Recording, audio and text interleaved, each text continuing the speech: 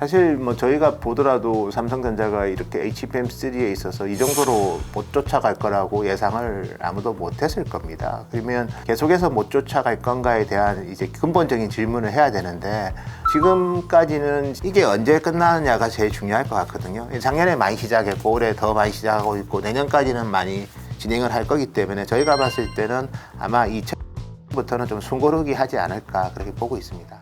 특별한 경제 강의 머니 특강, 안녕하세요. 주식 초등학교 여러분, 저는 오늘 특강을 맡은 노근창입니다.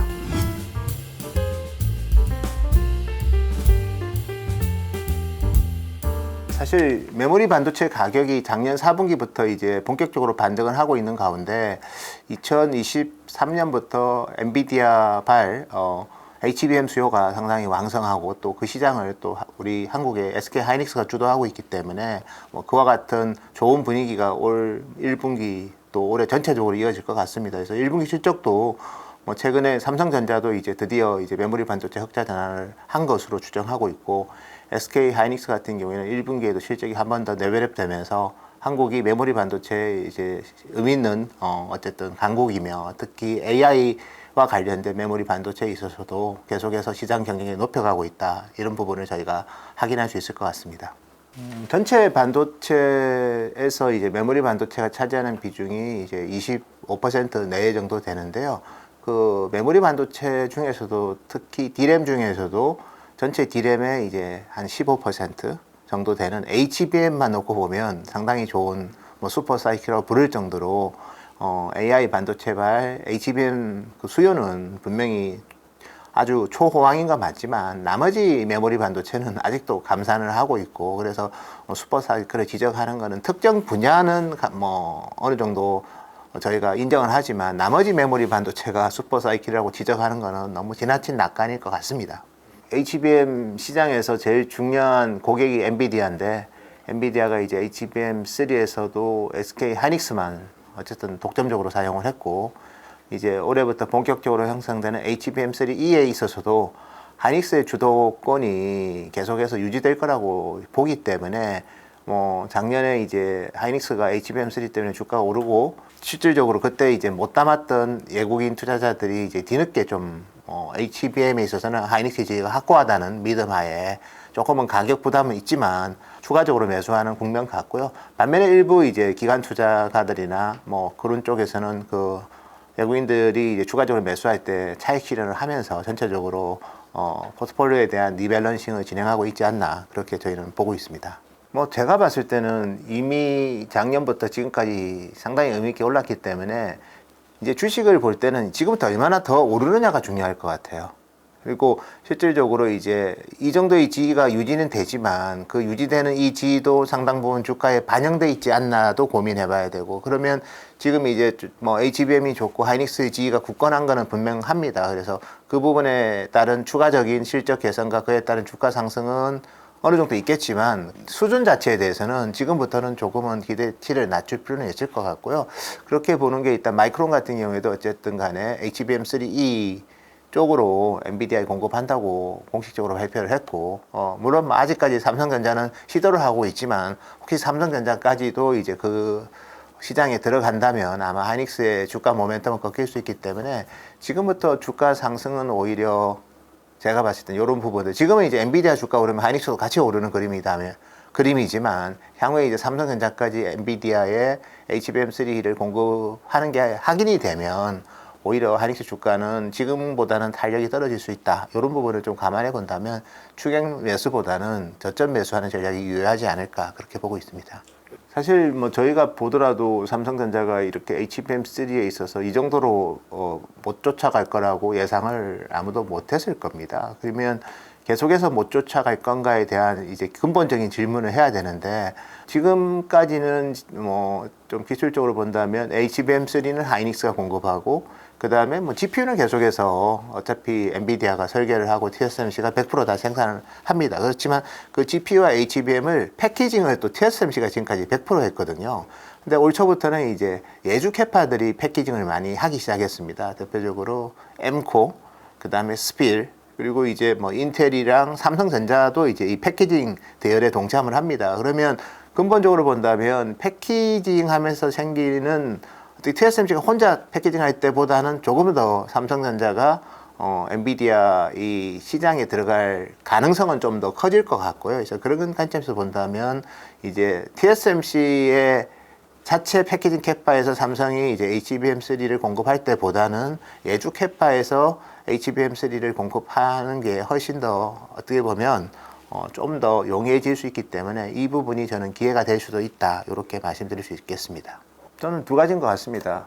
첫째가 HBM 제품이 진입 장벽이 초기에 엔비디아 향이 있다 하더라도 마이크론마저도 HBM3E까지도 이제 어쨌든 공급하는 게 확정이 됐는데 삼성전자가 이제 오히려 1등 기업이었는데 이렇게 2등, 3등한테도 특히 추월을 당하는 거에 대한 실망감이 지금 주가를 많이 누르는 것 같아요. 왜냐하면 삼성전자의 D램이든 낸드든 지난 4분기에 출하액이 많이 늘었고 오히려 시장 점유율은 지난 4분기에 올라갔거든요.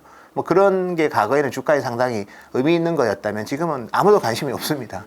그냥 HBM이 엔비디아에 가냐 안 가냐 그게 트리거거든요. 근데 그 부분에 있어서 시장의 실망감이 지금 주가를 누르고 있다고 저는 보고 있고요. 두 번째는 이제 삼성이 전사적으로 상당히 투자를 많이 했던 파운드리에서 TSMC는 고공비행하는데 삼성전자는 오히려 실적이 안 좋거든요. 이 두 가지가 제가 봤을 때는 삼성전자 주가를 누르는 가장 큰 요인인 것 같고, 근데 첫 번째였던 HBM은 제가 언급드린 것처럼 TSMC가 100% 패키징하고 테스트하는 그 상황에서는 조금 더 진입 장벽이 있었다면 최근에 이제 예주 캐파에서 이제 코어스를 패키징을 하거든요. 그때 이제 좀 기회가 생길 수 있기 때문에 그 부분이 연내에 확인이 되면 저는 주가는 그것만큼은 반등할 수 있다고 봐요. 눌렀던 어떻게 보면 악재가 해소되기 때문에 그 해소되는 부분만큼 주가는 반등할 수 있다고 봅니다. 다만 이제 파운드리 같은 경우에는 좀 더 큰 그림을 가지고 당장 연내에 의미 있는 반전이 일어날 것 같지는 않고 파운드리에 대해서는 좀 긴 호흡으로 봐야 될 것 같고요. 그래서 궁극적으로 일정 부분은 우려는 맞고 일정 부분은 너무나 이제 삼성은 엔비디아 HBM3 못 넣을 거야. 이 부분은 아마 시간이 지나면 해소가 되지 않을까 그렇게 저희는 예상하고 있습니다. 기본적으로 이제 HBM이 여전히 병목 현상이 심합니다. 그래서 지금 수요가 전체적으로 이제 공급보다 훨씬 부족한 상황이기 때문에 어차피 그 엔비디아의 그 GPU, 즉 데이터 센터 GPU의 출하량 자체가 올해도 좀 의미 있게 올라올 것 같고, 여기에 TSMC의 그 기타 거래선들인 AMD랑 북미의 클라우드 사업자들도 올해 이제 그런 코어스에 대한 수요가 되게 많거든요. 그래서 전체적으로 이제 TSMC도 이제 코어스와 이런 쪽 투자를 많이 합니다. 똑같이 이제 병목 현상에 또 하나가 있는 게 HBM이 있는데, 어쨌든 마이크론이 HBM에서 TSMC에 그걸 공급하더라도 여전히 수요보다는 좀 공급이 타이트한 상황이라서 전체 파이가 커지는 상태에서 마이크론이 이제 침투를 했다. 그 정도로 좀 해석하는 게 맞을 것 같습니다. 일단 전체적으로 시장 점유율은 좀 떨어지겠지만 오히려 매출액이랑 출하량은 더 증가하지 않을까. 한국 기업들이 그렇게 봅니다. 예, 전체 수요가 더 커지기 때문에 당연히 그 수요를 SK 하이닉스가 다 충족시킬 수는 없고, 그 부분은 이제 마이크론이 일정 부분 담당할 거고, 그리고 연내의 어느 시점에는 삼성전자도 그 부분을 좀 담당하지 않을까 그렇게 봅니다. 엔비디아에서는 사실은 HBM하고 코어스가 병목이었는데, 코어스는 TSMC가 증설을 했지만 그것도 부족해서 그 스필, 그 다음에 엠코, 그리고 삼성전자의 패키징, 그리고 인텔의 패키징 이쪽까지도 이제 예주 캐파를 지금 쓰려고 합니다. 그래서 이러면서 코어스의 병목 현상이 올해부터는 좀 완화가 되고 있고 하반기는 상당히 해소가 될 것 같고요. 똑같은 관점에서 HBM3E도 하이닉스만 공급하다가 마이크론이 공급하고 또 삼성까지 그 시장에 들어오면 훨씬 더 병목이 사라지면 엔비디아에 대한 주요 고객들의 가장 큰 불만은 너무 비싸다는 거거든요. GPU 가격이 너무 비싸다. 근데 GPU 가격이 비싼 이유 중에 하나는 웨이퍼 같은 경우에 웨이퍼 파운드리는 TSMC가 100%다니까 그 부분을 그렇게 깎을 수는 없습니다. 그러면 이제 깎을 수 있는 게 이제 코어스하고 HBM이거든요. 그래서 코어스하고 HBM을 깎으려면 이쪽의 공급이 지금보다 많이 늘어야 되는 거죠. 근데 그 공급이 많이 늘면 어느 시점부터는 엔비디아도 고객들의 가장 큰 불만이 너무 GPU 가격이 비싸다는 부분을 어느 정도는 완화시켜 줄 수 있겠죠. 왜냐하면 기존 GPU 가격은 좀 인하를 하고, 신규 GPU 같은 경우에는 좀 계속해서 가격이 올라가겠지만 기존 제품이었던 예를 들어서 블랙웰이라는 새로운 제품이 나오면 H100 가격을 또 인하할 수도 있는 거죠. 근데 인하를 하려면 원가가 줄어야지 인하할 수 있는 거거든요. 그런 관점에서 본다면 그 원가를 줄여줄 수 있는 부분들이 결국에 이제 HBM과 코어스기 때문에 그쪽 증설에 따른 원가 절감만큼 아마 엔비디아는 레거시 GPU에 대해서는 가격 인하할 가능성이 상당히 크다고 저는 보고 있고요.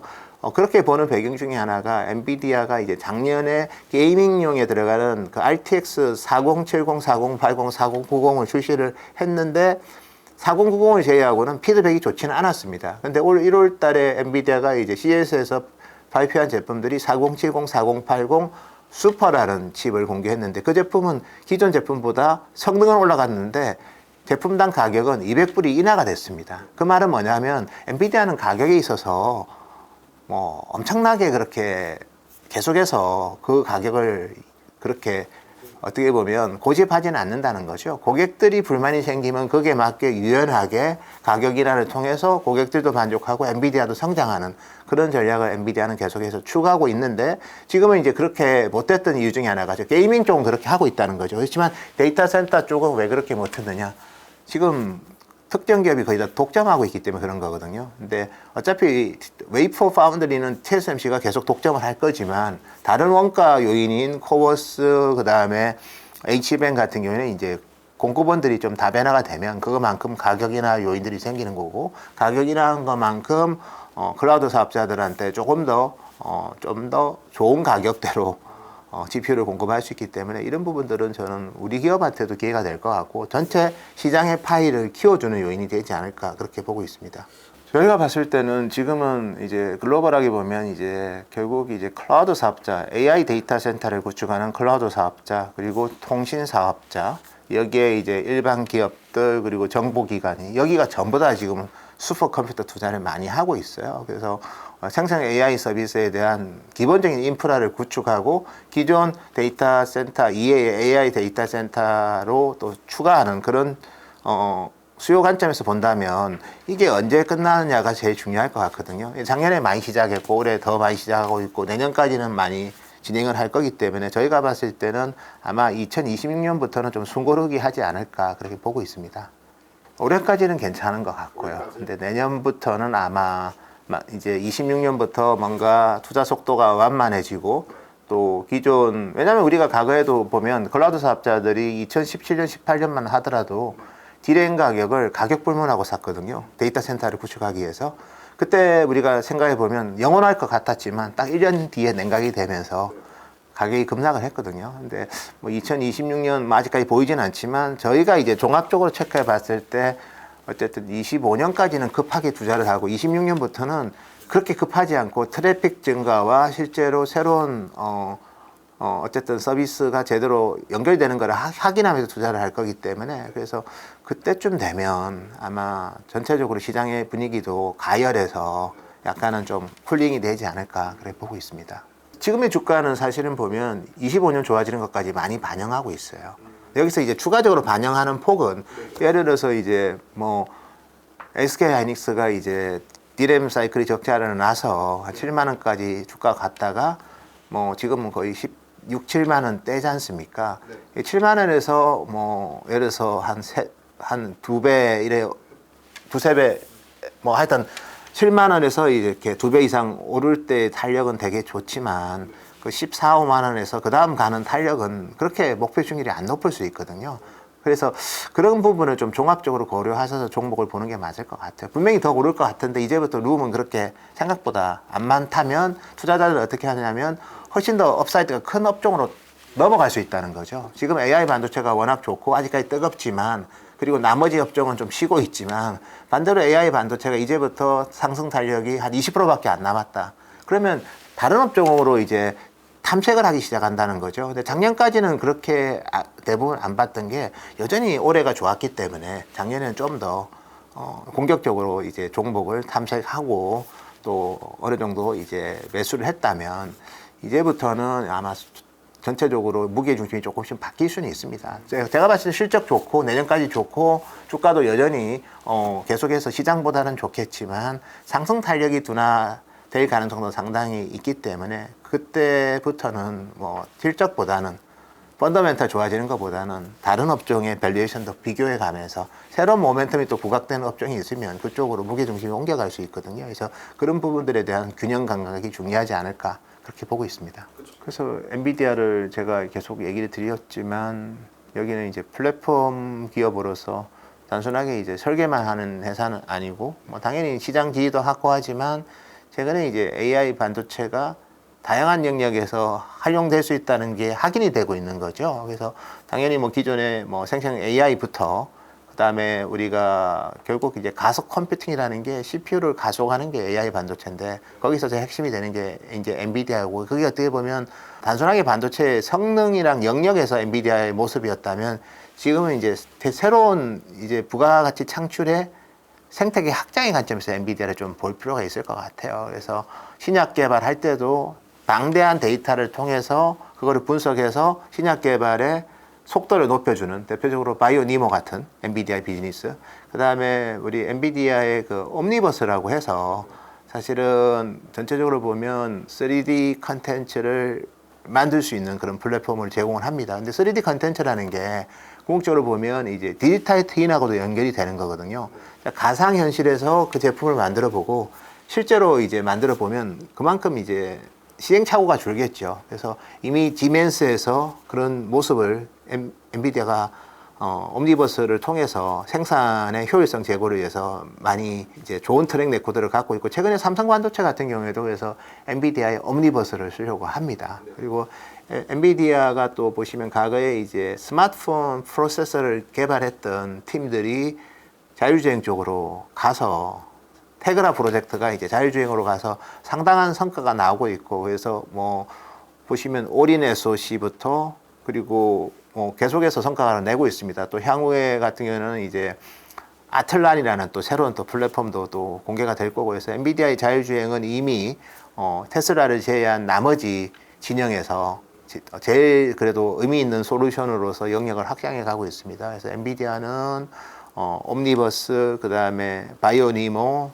그리고 자율주행 이런 세 가지 영역에서도 또 자기 생태계를 열어가고 있고 여기에 하드웨어 관점에서 본다면 이 CPU도 요즘 만들고 있죠. 그래서 서버의 CPU 시장은 지금까지는 이제 인텔이 장악을 했다면 최근에 이제 AMD 점유율이 많이 올라오긴 했습니다. 근데 자세히 보면 또 뭐 저희가 봤을 때는 ARM 진영도 좀 올라오고 있거든요. 근데 그 ARM 기반으로 엔비디아가 또 CPU를 만드는데 엔비디아가 사실 서버 CPU 같은 경우에는 경쟁력이 있겠냐 그렇게 의심하는 분도 계신데 엔비디아의 가장 큰 장점은 GPU를 같이 만들고 있죠. 그러니까 CPU, GPU를 동시에 이제 하나의 패키지로 해서 아마 공급을 하면 이 전력 사용의 효율성이 되게 제고가 됩니다. 여기에 엔비디아는 GPU를 만들고 있기 때문에 CPU를 끼워서 팔면 고객 입장에서도 좀 더 저렴한 솔루션인데 성능이랑 전력 소모 면에서는 인텔이랑 뭐 엔비디아를 섞을 때보다 훨씬 더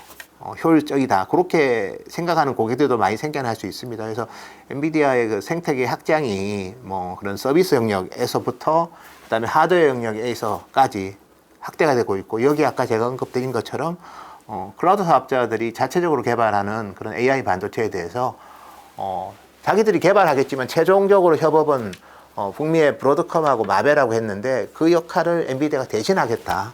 그래서 엔비디아가 지금 생각하는 생태계에는 저희가 봤을 때는 여전히 저희가 몰랐던 부분에서도 이런 영역에서도 엔비디아의 솔루션이 확대될 수 있다. 그런 게 저는 진행될 수 있기 때문에 아직까지는 성장의 끝을 논하기에는 좀 이른 시점이지 않나 그렇게 말씀드릴 수 있을 것 같습니다. 뭐 사실 매출 이런 거보다는 저희가 봤을 때는 이제 밸류에이션 멀티플은 1등이고요. 그 다음에 EPS 그로스는 뭐 당연히 압도적인 1등이고 그 다음에 이제 나머지 영역에 있어서의 업사이드 포텐셜 면에서도 제일 잠재력이 큰 기업이지 않나. 엔비디아의 가장 큰 뭐 적은 결국은 이제 고객들이 엔비디아의 솔루션을 대체할 제품을 만드는 건데 엔비디아 그 제품까지도 본인이 만들어 주겠다고 하니 이건 좀 생각이 다르게 봐야 되는 것 같아요. 엔비디아의 제품을 대항할 수 있는 제품을 고객들이 만드는데 그 대항 제품까지 내가 만들어 주겠다고 하면 이건 좀 다르게 우리가 봐야 되지 않을까. 그거는 아마 시장이 크게 인지 못하는 부분 같아요. 뭐 많은 기업들이 많이 진행을 하고 있고요. 뭐 사실 뭐 기본적으로 뭐 홀을 파는 그런 드라이 에처 이런 쪽은 뭐 당연히 이제 랩리서치나 이제 미국 기업들이 뭐 확보할 거고, 최근에 이제 도쿄 일렉트론 같은 경우에도 이제 이런 후공정 쪽으로 들어오겠다 하면서 뭐 다른 쪽 비즈니스도 좀 많이 하려고는 하는데, 어쨌든 드라이 에처 이런 쪽은 전공정 쪽이죠. 그렇지만 최근에 이제 패키징 쪽으로도 국내 기업들도 많이 경쟁력도 있고 또 일본 기업들도 경쟁력이 많이 있는데, 어쨌든 HBM을 테스트하는 쪽, 그 다음에 뭐 반딩하는 쪽, 그 다음에 커팅하는 쪽, 이런 쪽으로는 이미 국내에서 뭐 잘하는 기업들도 많이 있고요.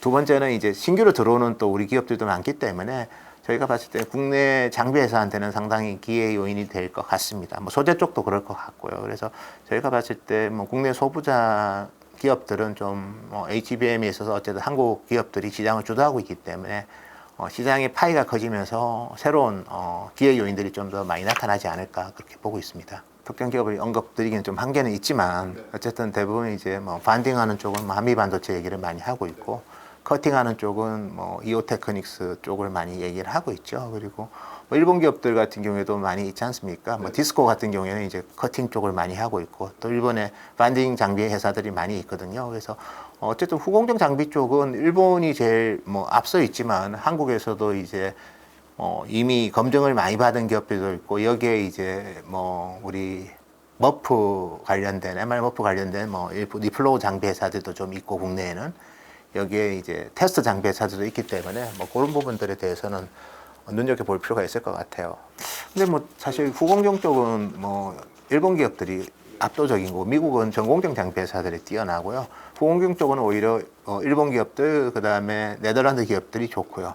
그리고 한국 기업들 괜찮고, 대만 기업들도 좀 경쟁력이 있고, 중국 기업들도 경쟁력이 있습니다. 그래서 일반적으로 반도체 장비는 전공정은 미국 기업들이 압도적이고, 여기에 이제 노광 장비는 이제 네덜란드 ASML이 아주 확고하고, 그 다음에 이제 시가 증착 쪽에는 미국이 워낙 확고하죠. 여기에 이제 일본의 도쿄 일렉트론 요 정도 온 거고, 이 패키징과 관련해서는 사실은 일본하고 오히려 네덜란드, 그리고 이제 한국 기업들도 좀 경쟁력이 높다, 이렇게 말씀드릴 수 있을 것 같습니다. 그래서 AI 반도체를 보면 기본적으로 AI 반도체 때문에 그 로직 파운드리에 있어서는 TSMC의 중요성이 더 커졌다는 거. 즉 삼성이 AI 반도체가 워낙 시장이 커지다 보니까 AI 반도체의 또 핵심이 데이터 센터에 들어가는 쪽이 많거든요. 근데 데이터 센터 쪽에 있어서 삼성 파운드리가 경쟁력이 상당히 아직까지는 좀 부족합니다. 그래서 오히려 AI 반도체가 되다 보니까 TSMC에 좀 점유율이 더 올라가는 그런 계기가 된 것 같고요. 이거는 이제 우리한테는 좀 위험 요인이 좀 참 될 수 있을 것 같은데, 반면에 이제 AI 반도체용 메모리 쪽은 또 우리한테는 상당한 기회가 되는 거죠. 그래서 대표적으로 뭐 HBM도 그렇고, 또 향후에는 또 모바일 기기 쪽으로도 뭐 XR 기기에도 이미 LLW라는 니어 메모리가 들어가고 있고요. 그리고 향후에는 이제 스마트폰에도 이제 그런 제품들이 들어갈 수 있기 때문에 AI 반도체는 제가 봤을 때는 어쨌든 간에 기회도 있고, 반면에 또 새로운 위험도 될 수 있는데, 기회는 메모리 쪽에는 상당한 축복이고, 반면에 이제 로직 파운드리 쪽으로는 오히려 TSMC의 입지가 더 커지는 또 위험 요인도 될 수 있지 않을까, 그렇게 보고 있습니다. 저희가 봤을 때는 뭐 당연히 이원화하고 싶은 고객들의 요구는 있지만, 어쨌든 AI 반도체에서 특히 서버 쪽은 삼성이 트랙 레코더가 없어요. 그리고 제일 중요한 퀄리티와 관련된 서버 쪽인데 트랙 레코더가 없으면 어떤 팹리스도 삼성한테 그 제품을 조기에 맡기기는 힘들 것 같고, 그래서 모바일 중심으로 이제 반도체가 성장했다면 삼성이 좀 TSMC와의 격차를 그래도 조금 더 좁힐 수 있었는데, 최근에 반도체는 이제 모바일 기기보다는 오히려 서버 위주로 시장이 커지다 보니까 서버는 성격이 좀 많이 다릅니다. 훨씬 더 퀄리티가 중요하고 그 다음에 이제 다양한 그런 환경 자체가 훨씬 복잡하기 때문에 그쪽에 경험이 풍부한 TSMC한테 좀 더 유리하게 작용한 것 같습니다. 그래서 삼성이 뭐 언제까지 TSMC를 쫓아가는 거는 제가 봤을 때는 상당히 도전적인 목표가 되지 않았나 그래 봅니다. 그러니까 힘들다고 표현하는 게 맞을까요? 뭐 상당히 뭐 너무 어려운 상황이지 않나 그래 봅니다. 뭐 삼성도 사실은 어쨌든 TSMC가 애리조나에 팹을 피닉스에 짓고 있고, 삼성은 이제 뭐 테일러, 텍사스에 짓고 있기 때문에 삼성도 뭐 유사한 수준에서 받을 거고요. 어쨌든 제일 많이 받을 기업은 이제 인텔일 거고, 어쨌든 글로벌 파운드는 이미 받았고요. 그래서 전체적으로 뭐 삼성도 TSMC에 육박하는 정도의 이제 반도체 보조금은 받지 않을까 그렇게 예상하고 있습니다. 보통 이제 반도체가 이제 월 캐파 기준으로 10만 장 정도 이제 요즘 지으면 과거보다 이제 훨씬 설비 투자에 대한 금액이 커졌습니다. 캐펙스의 버든이 커서 뭐 최소한 150억 불 가까이가 들어가는데 뭐 그렇게 본다면 그렇게 큰 규모라고 볼 수는 없지만 그래도 그 정도라도 또 보전을 해주는 거기 때문에 의미는 있을 것 같습니다. 이제 현 시점에서 이제 반도체 이제 관심 있는 분들이 많이 계실 텐데 좀 눈여겨볼 만한 좀 키워드가 좀 있을까요? 저는 뭐 아무 의미 없을 것 같고요. 지금은 삼성전자가 HBM3를 공급하느냐 엔비디아 그거 하나만 보시면 될 것 같아요. 뭐 나머지 얘기는 의미가 없죠. 뭐 D램 가격이 뭐 계속해서 오른다, 뭐 4분기에 빠진다 이런 거 저는 의미 없고요. 삼성전자가 HBM3를 엔비디아에 퀄리피케이션을 받느냐 그거 하나만 보시면 될 것 같아요. 그걸 받으면 삼성전자 서플라이 체인 주가 오를 거고요. 그거 아니면 비싸더라도 하이닉스와 하이닉스 서플라이 체인 주가만 계속해서 강세를 보일 수 있기 때문에 그게 저는 지금 이 순간에 제일 중요한 키워드다. 나머지는 노이드다. 이렇게 말씀드리겠습니다. 가능성은 좀 가능성은 저는 제가 언급드린 것처럼 그 TSMC 혼자서 코어스 패키징 할 때는 조금 가능성이 좀 만만치 않았다면 이제 예주 캐파에서 패키징을 많이 하기 때문에 엔비디아 입장에서는 삼성이든 마이크론이든 넣어주면 훨씬 더 이제 엔비디아 입장에서도 좀 더 기회가 더 생기는 거기 때문에 작년보다는 가능성은 더 커진 것 같습니다. 예. 어쨌든 하웨이란 기업이 작년에 메이트 시리즈를 내면서 중국에서 성공도 했고 유일하게 또 40~50%씩 성장하고 있는 지금 스마트폰 회사입니다. 전년 동기 대비. 그리고 1분기도 그 성과가 이어지고 있고 그래서 그 제품을 자세히 뜯어보면 어쨌든 7나노 제품들 같은 경우는 미국의 제재를 받아서 7나노를 적용했지 만약에 제재가 없었다면 아마 3나노 달았을 거예요. 그러면 결과적으로 이제 미국은 제재를 해도 저렇게 어떻게든 극복하려고 하는데 제재를 안 하면 더 클 거라고 보기 때문에 아마 제재는 더 거칠어질 수 있을 것 같고요. 그래서 선단 공정이랑 첨단 공정 쪽은 계속해서 제재가 지금도 있었지만 앞으로 더 강화될 수 있을 것 같고 두 번째는 이제 레거시 공정, 성숙 공정에 있어서는 아직 제재는 없었는데 중국이 이제 반도체 펀드에서 돈이 많이 들어오고 또 국산화할 수 있는 게 뭐 선단 공정은 좀 쉽지 않으니까 결국 성숙 공정으로 엄청난 돈을 퍼붓고 있거든요. 그래서 최근에 이제 우리 메모리 쪽은 좋고 TSMC는 좋지만 성숙 공정 파운드리 쪽은 되게 안 좋아요.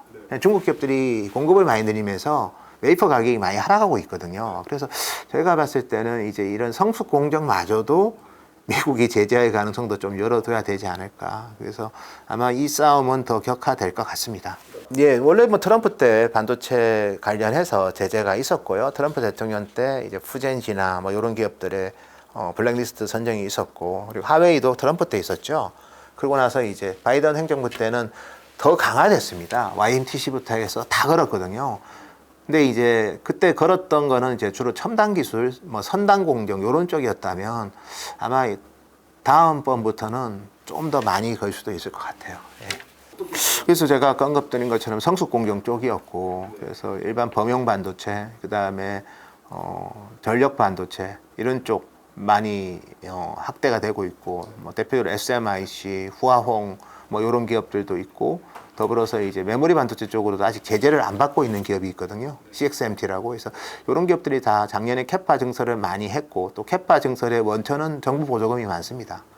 정부 주도하는 반도체 펀드에서 돈을 넣어서 중국 기업들이 그 돈을 받아서 또 투자를 많이 했기 때문에 그 효과가 작년에 더 컸던 거죠. 왜냐하면 나머지 메모리 반도체나 전체 반도체가 작년에 역신장이 심했지 않습니까? 근데 중국은 반도체 플러스 성장했으니까 더 시장 점유율이 더 크게 보였겠죠. 그래서 이런 부분에 대해서는 아마 어느 시점부터는 조금은 제재가 또 있을 수도 있지 않을까. 왜냐하면 작년에 이제 중국의 YDM이라는 중국의 이제 반도체 증착 식각 장비 회사를 하는 북방 하창의 자회사 중에 YDM이라고 있거든요. 중국 북경 쪽에 있는 기업인데 거기는 이제 반도체 팹 기업인데 100% 다 중국산 장비로 만들었다고 하면서 홍보를 합니다. 그래서 뭐 중국 장비들도 경쟁력이 많이 올라갔지만 어쨌든 거기에 들어가는 부품들 이런 부분들까지도 향후에는 제재가 갈 수 있기 때문에 그런 차원에서 이제 중국이 이제 계속해서 반도체 굴기를 계속해서 강조하고 성장한다고 하면 아마 제재는 좀 더 다양한 방법으로 더 확대되고 심화되지 않을까 그렇게 예상하고 있습니다. 일본 반도체는 뭐 아직은 좀 지켜봐야 될 것 같습니다. TSMC가 어쨌든 뭐 구마모토에 공장을 짓는데 그거는 보통 이제 28나노 뭐 그리고 16나노 뭐 요 정도 공정이 있기 때문에 뭐 선단 공정인 10나노 이하는 아직은 없고요. 그래서 그 회사 이름이 JASM이라고 해서 Japan Advanced Semiconductor Manufacturing 요 기업인데 어쨌든 TSMC가 해외에 조인트 벤처를 처음으로 만들었어요.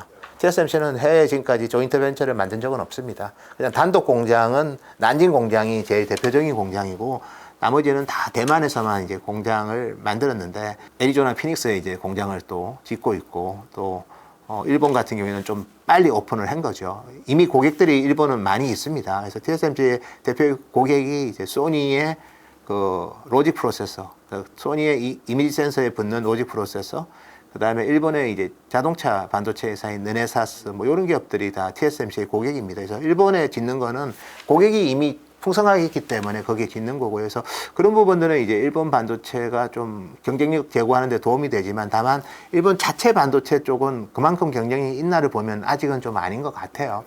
그래서 뭐 레피도스 같은 2나노 바운드리 요거를 지향하는 거는 좀 검증이 필요할 것 같고요. 그리고 나머지 일본 반도체는 사실은 좀 여전히 좀 어려움이 많습니다. 대표적으로 키옥시아 같은 경우에는 뭐 적자를 기록하고 있고 그리고 메모리 반도체 회사긴 하지만 두 번째는 그 르네사스는 이제 자동차 반도체 업황이 워낙 좋아서 턴어라운드에 성공했지만 또 경쟁 기업들도 상당히 많거든요. 그래서 계속해서 이제 지금의 자동차 반도체 공급난에서 생겼던 그 호실적이 향후에도 이어진다고 보기에는 여전히 좀 한계가 좀 있는 기업입니다. 그래서 일본 반도체는 르네사스, 그 다음에 소니, 그리고 키옥시아 요 세 개가 그래도 의미 있는 회사들인데 각각의 한계는 있는 것 같아요. 물론 소니의 이미지 센서 쪽은 상당히 세계 시장 1등 기업으로서 뭐 여전히 확고한 지위를 갖고 있지만 또 최근 들어서는 또 고객사들이 좀 거래선 다변화를 좀 소니 CIS 비중을 좀 줄이려는 또 움직임도 좀 보이거든요. 그래서 전체적으로 일본 반도체는 반도체 팹을 만드는 회사보다는 소부장으로 국한시켜서 봐야 될 것 같아요. 그 웨이퍼를 만드는 시네트 썸코 여기에 상당히 좋은 소재 서프라이 체인 그리고 서브스트레이트 쪽에서 이비덴 싱코를 중심으로 하는 반도체 패키지 서브스트레이트 회사들 여기에 도쿄 일렉트론 그 다음에 스크린 이런 기업을 중심으로 한 반도체 장비 회사들 이런 쪽이 일본은 막강합니다. 그래서 일본은 오히려 반도체 팹보다는 소부장에 초점을 맞추는 전략이 좀 더 저는 유리할 것 같고 그쪽은 세계 1등 기업들이 수두룩하지만 팹 회사들은 사실은 경쟁력이 그렇게 높지는 않습니다. 유일하게 의미 있는 1등은 소니밖에 없고요. 키옥시아는 한 4등 정도 합니다. 랜드 쪽에서. 그 다음에 르네사스는 세계 한 3, 4등의 자동차 반도체 회사하고 또 대주주가 또 일본 정부이기 때문에 또 정부 주도 기업들이 엄청나게 초과 성장하는 경우는 잘 못 봤거든요. 그래서 일본 반도체에 대해서 주가는 좋은데 자세히 뜯어보면 다 소부장이고 왜냐면 일본 반도체 팹 회사 중에서 상장되어 있는 회사는 르네사스밖에 없어요. 키옥시아는 비상장이고 소니는 반도체 회사는 아니지 않습니까? 소니는 컨텐츠 회사죠. 그래서 일본 소부장이 이제 일본 반도체 업종에 대한 릴레이팅을 이끌었지 팹 회사가 이끈 건 아니기 때문에 구분해서 보자. 우리가 치포 동맹을 얘기할 때 미국은 반도체 팹리스 기업들 그다음에 장비 회사들인 거고 그다음에 대만은 이제 TSMC인 거고 한국은 이제 삼성하이닉스를 필두로 메모리 반도체라고 한다면 치포에서 일본은 뭐냐? 팹 회사가 아닙니다. 메모리랑 파운드리와 같은 그런 큰 반도체 팹을 운영하는 회사가 아니라 소부장으로 그냥 국한해서 보시는 게 맞을 것 같습니다. 일본도 어쨌든 반도체의 부활을 꿈꾸고 있습니다. 그리고 그 꿈을 꿀 때 혼자 꾸기 힘들어서 TSMC를 유치를 했고요. 그래서 TSMC는 그렇지만 선단 공정까지 갈지는 좀 봐야 될 것 같습니다. 그리고 일본이란 지역도 대만처럼 자연재해가 항상 끊임없이 나오는 지역이기 때문에 해외 생산기지 다변화에 있어서는 또 리스크 요인들도 분명히 있습니다. 그래서 저희가 봤을 때는 이제 일본이 이제 분명히 반도체의 핵심 키를 많이 갖고 있지만 제가 봤을 때는 팹 회사가 성장하는 거는 미국도 그렇게 원하지는 않을 것 같아요.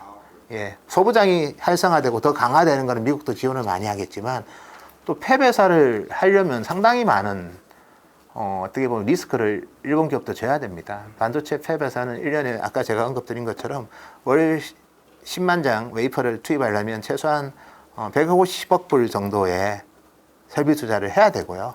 근데 그걸 했을 때 업황이 좋을 거란 보장이 없는 거죠. 다운턴이면 또 고생을 하는 거고, 그리고 이미 기존의 경쟁 기업들이 확고하거든요. 그런 차원에서 팹 회사를 투자하는 거는 뭐 중국처럼 정부가 돈 뭐 무한정으로 넣어주는 것도 아니고, 일본은 뭐 그렇게는 못 하거든요. 그런 관점에서 본다면 오히려 팹보다는 일본은 소부장 쪽에 좀 더 특화를 할 거고, 물론 팹을 안 하지는 않을 거지만 그래도 엄청난 리소스를 그쪽에 투입할 가능성은 상당히 제한적인 것 같고요. 그리고 일본 정부의 보조금을 보더라도 물론 이제 TSMC한테 보조금을 제일 정확하게 뭐 지원을 해준 거는 맞지만 반대로 또 일본 정부는 소부장 기업들한테 정부 보조금을 많이 주고 있어요. 대표로 이비덴의 공장, 이비덴의 뭐 오노 공장, 여기도 정부 보조금이 들어가고, 캐논의 노광 장비 공장, 여기도 정부 보조금이 들어가고 있고, 썸코의 웨이퍼 공장. 그래서 일본 정부의 보조금은 팹 회사에 국한되지 않고 소부장 기업들한테도 상당히 많이 들어가고 있기 때문에 약간은 저희가 제대로 좀 구분해서 봐야 될 것 같아요. 왜냐하면 보조금을 넣어서 ROE가 나오는 것은 소부장입니다. 팹에 보조금을 주면 ROE가 안 나올 수 있어요. 왜냐하면 그 기업이 오히려 생각보다 부실해질 가능성도 있기 때문에, 그러면 정부 재원의 잘못된 집행은 결국 국민들의 부담이 되는 거거든요. 그런 차원에서 일본의 그런 반도체 육성 보조금의 집중 효율적인 집행을 잘 보면 오히려 소부장 기업들이 많이 가져가고 있다는 거, 그 부분을 좀 구분해서 보셔야 될 것 같습니다.